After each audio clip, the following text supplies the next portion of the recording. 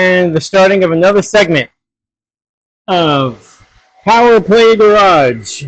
That's right, hopefully you can see it. I'm holding up my sign. Please subscribe, I would appreciate it. And it is again about this beautiful 1933 Dodge 5-window coupe. I got a pretty cool story for the subscribers that are actually watching these videos. I believe it's a real cool story anyway. And I had to go to Home Depot to get more hardware to this stainless steel battery box that gets mounted over here. And that's where it goes. So I'm mounting that because I'm also running the battery cable, which is the perfect diameter. It is a pretty long lead. It comes from back here and it goes up to the starter. Alright, so I needed hardware because the four that were on there were rusted out. And there's nothing rusty on this car. And I'm not about to put rusty bolts, which this needs 4 in that car. So Home Depot is probably under 3 miles from here, so it's perfect. It's not like I'm wasting any time. I bought stainless steel bolts. So this way I could use them. They're kind of shiny, and supposedly because they're stainless and they shouldn't rust, which would be nice. So this morning I had to go there for this car as well. I thought I can get what I needed from the auto parts store, and that was a heavier gauge wire to run from the starter up to the alternator. It was too thin. It needed a heavier gauge wire, and the auto parts store didn't carry a heavier gauge wire. So I'm going to show you.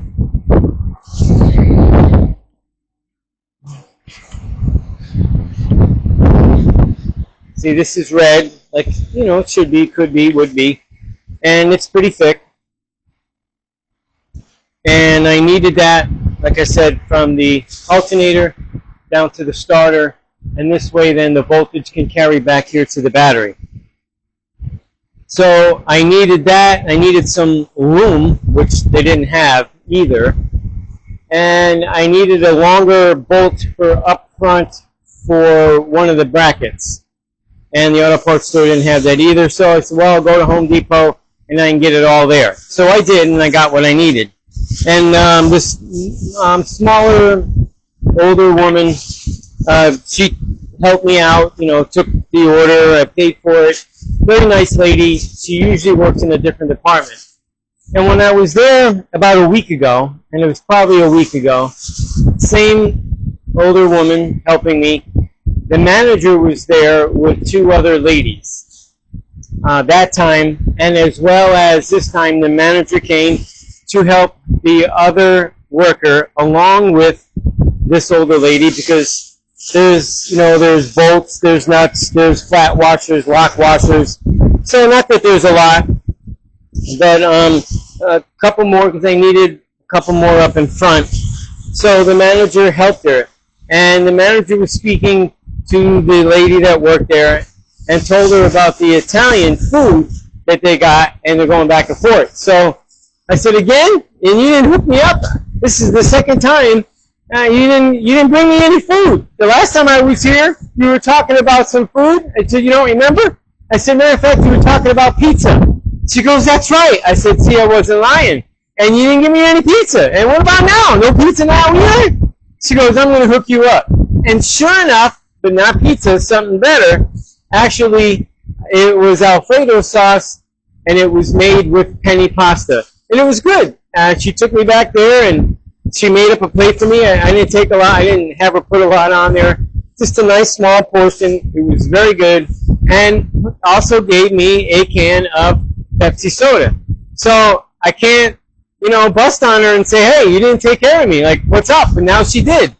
So I got to say that was, for me, a very enjoyable moment, and props to that lady for doing that for me. It was very nice of her. She didn't have to, obviously, but I thought that was really cool, and thank you, Home Depot. We're in there enough spending money, so, you know, it was a lot left. But nevertheless, I thought that was cool, and I felt I needed to share that with some with some of you folks out there that are actually watching this and would appreciate it.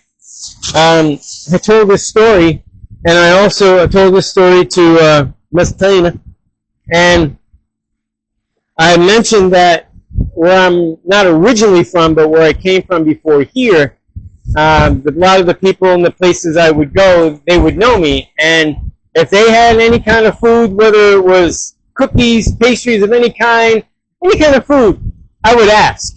All the time, I didn't care what it was. If they had it, I was asking. And 90% of those people had no problem in sharing. And I just, it's kind of was my thing back then, and maybe I'll make it a thing now because it was pretty cool. But back to the point at hand here. I've done, I think, a fair amount so far today on this. It's still early, more to do. I'm trying to keep the momentum going.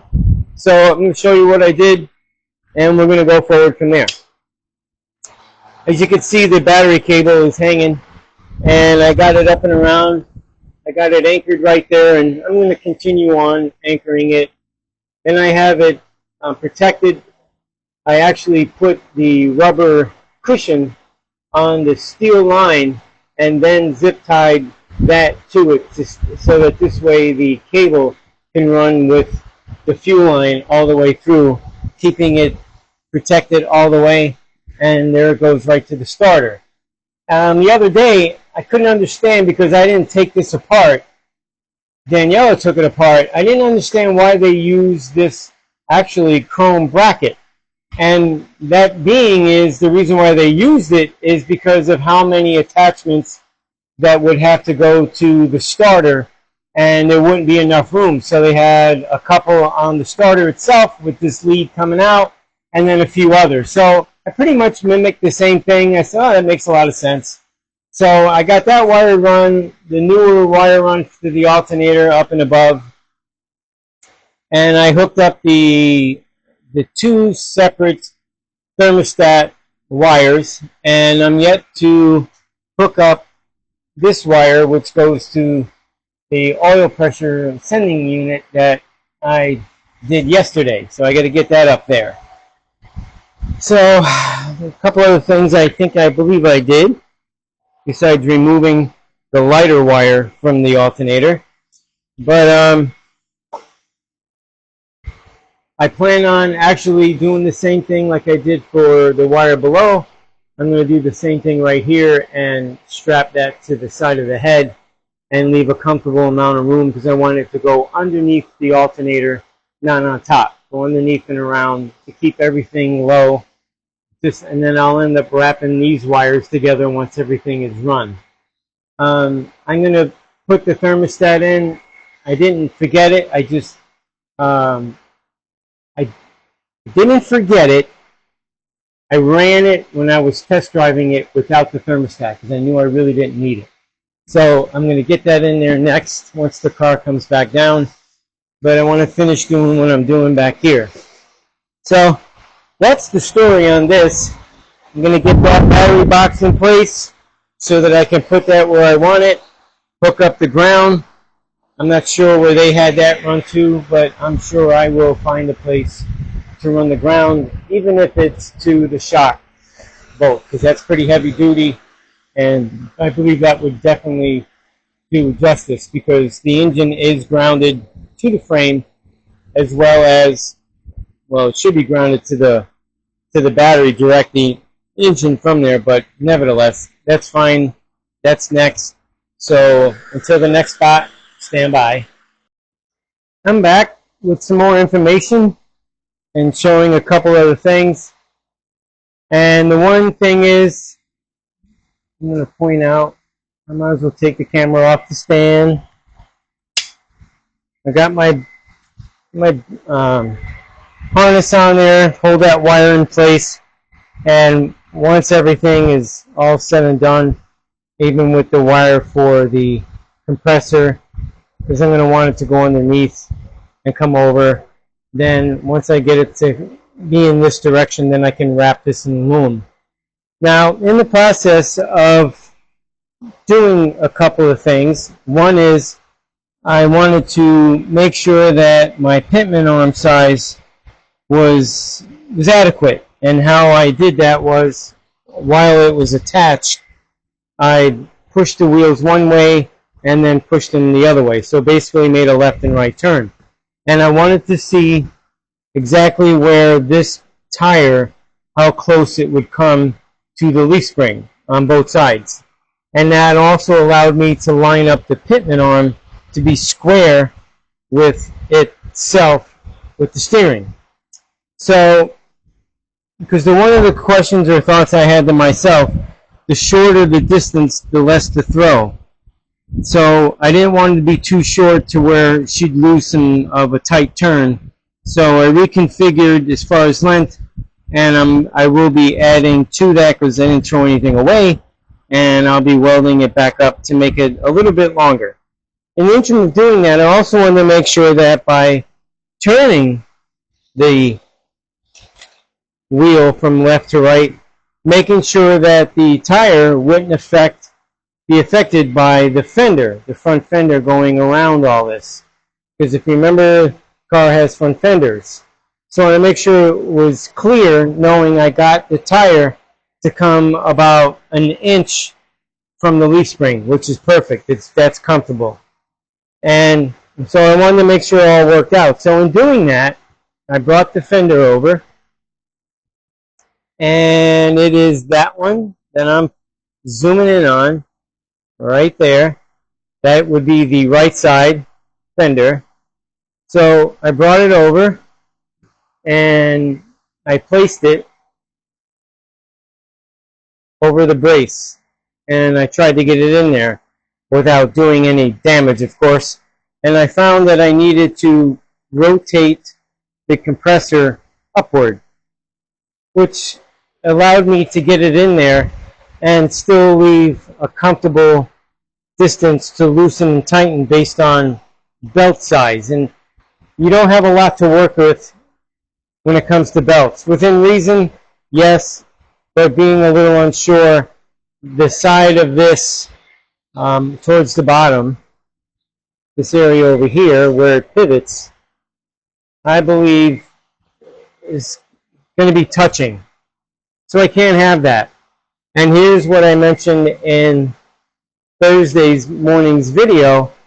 When you get into custom work, fabrication, and adding more stuff, and all the other happy stuff that goes with it, you know, the configurations of it obviously needs to work. So checking ahead of time before actually bolting the fenders on and finding out that, you know, it ain't going to work because I didn't put the running boards on yet, because I need to still do work in here and I don't want nothing in the way.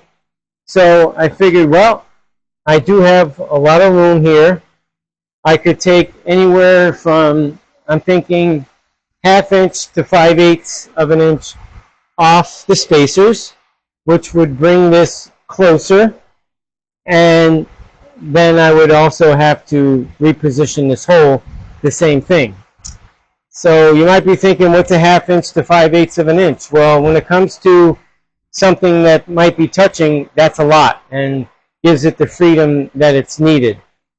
And if I feel as though that I need more, well, then I will make this whole assembly go higher. And I can do that just by making this configuration here on the side, this part and this part, be actually longer. Extend this down, extend this part down where it bolts into, and that would lift this higher, which then puts me in a point over here to where I could pivot it, knowing it'll come up. I'll get more freedom to go back and forth.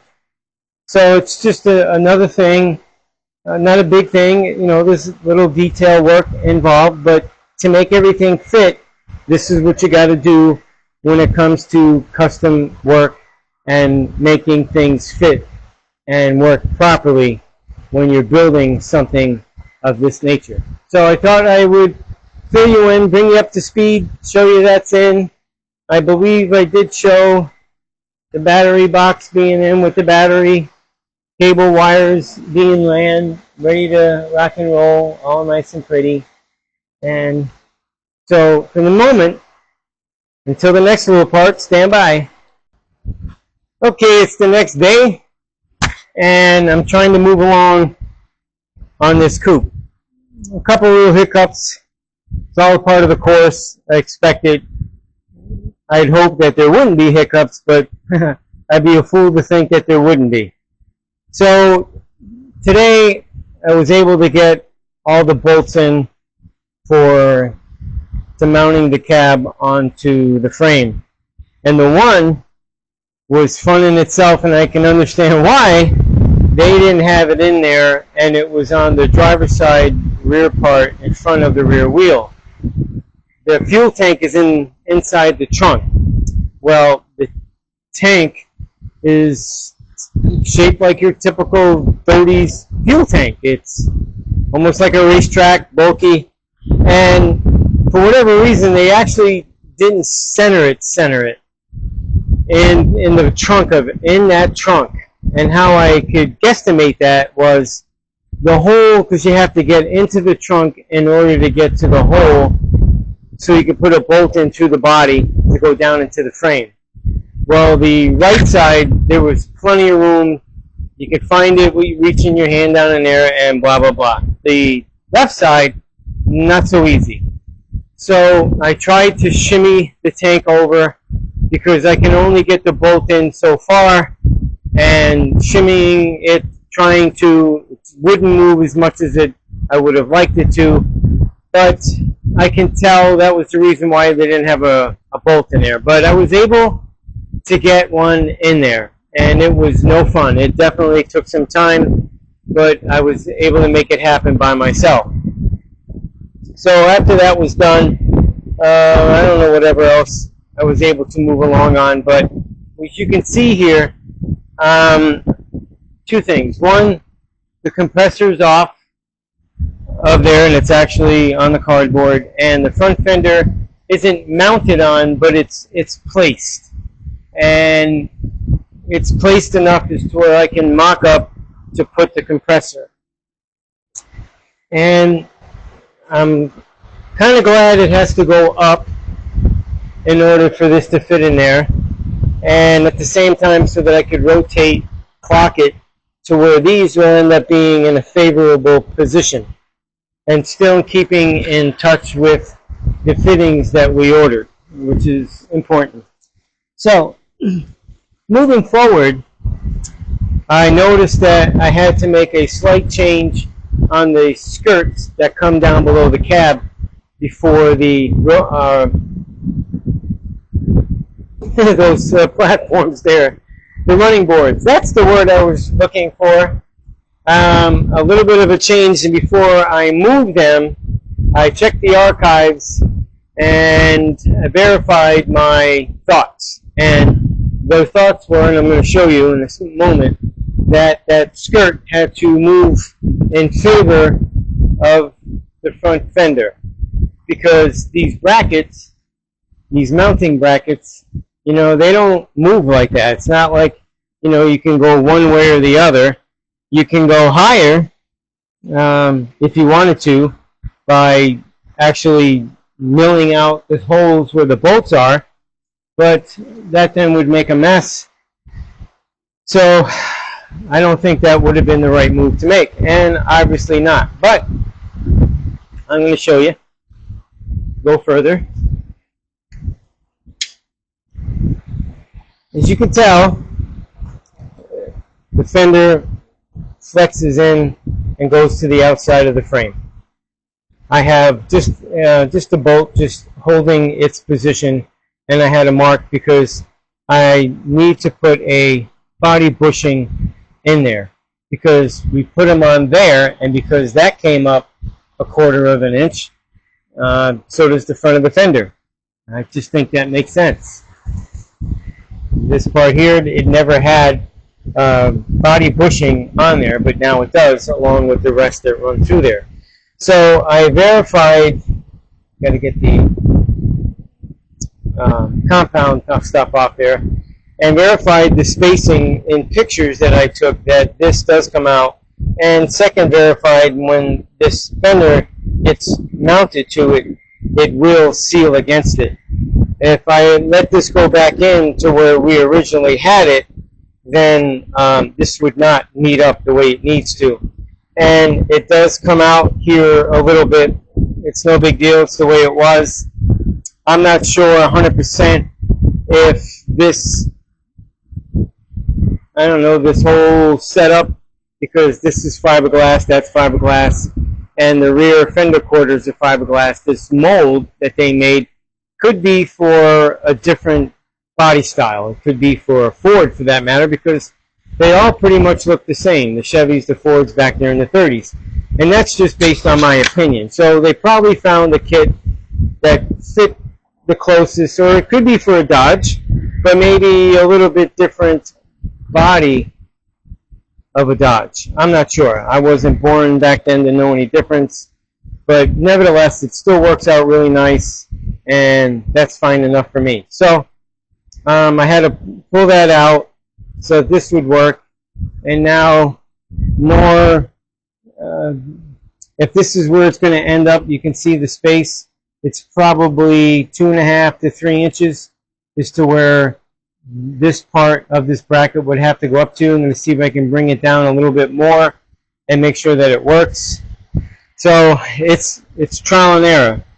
And that's basically what a lot of this is about.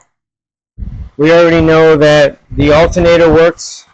It does clear. But this one stuck out further because of the bracket. I'm not sure. It's a bigger unit. Could be the same size. I don't know. It doesn't really even matter. But I have to make it work. And that to me is what's important. Oh, and I did slip in the thermostat inside the housing. I didn't want to forget to do that, so I did that as well. And I'm hoping to get these other parts for the front of this so I can finish doing all the configurations that need to be done here before I go further and put more stuff on. And this is the reason why I didn't put the running boards on yet, because even putting the body bolts in, this one wasn't a problem, but you have to get inside the cab and go up in there, and underneath if you're just one person, so you can hold a wrench and use your tool for underneath to get them all done. So, you know, that's why I didn't want to put the running boards on when they were here on Tuesday, because it pretty much just would have gotten in the way. So I got to move forward. That's the plan. I just figured I'd show some more of, you know, things that you got to expect when you're building a custom car. And I do actually have the bolt in here. It's pretty neat. It'll match the black housing for the headlight bezel. So I'm going to get back on this. I've got to get that to work properly in its space without getting too crazy going up. And that's pretty much going to be that. So stand by for the next little part. Alright, I'm back. And I finally got everything extended. I have it extended as far as this piece here. I had to make it a little longer. It ended up being close to 5/8 of an inch longer, so that it would meet up with the piece that I had to make taller. I basically extended them down so that this bracket would lift the AC compressor up so that it would clear the fender.